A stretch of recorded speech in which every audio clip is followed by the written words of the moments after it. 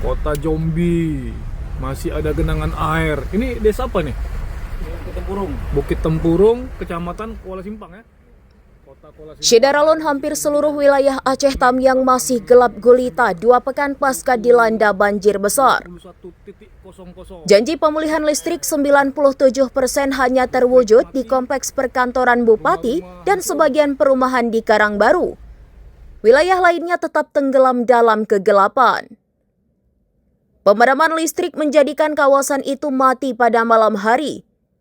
Jalan lintas Sumatera yang menghubungkan Medan dan Banda Aceh padat merayap karena pengendara harus ekstra hati-hati menembus kegelapan. Bangkai kendaraan dan tumpukan puing rumah warga masih berserakan di sepanjang jalan.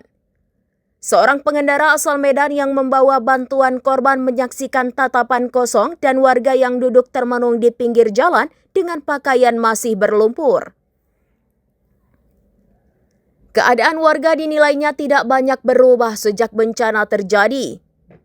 Kegelapan malam menjadi trauma tersendiri bagi masyarakat yang juga masih kesulitan memperoleh air bersih. Ketiadaan listrik telah melumpuhkan sistem pengairan PDAM Tirta Tamiang dan jaringan telekomunikasi sehingga warga merasa terisolasi dari dunia luar. Yang kata si Bahlul, Menteri Bahlil atau Bahlul, 90% listrik Aceh hidup. Gelap gulita, saudara-saudara. Ngeri banget. Kami ketakutan banget kami. Ini di Kecamatan Rantau, Aceh Tamiang. Di kawasan terdampak parah seperti Sungai Liput, Kejuruan Muda, keputusasaan mulai menyergap.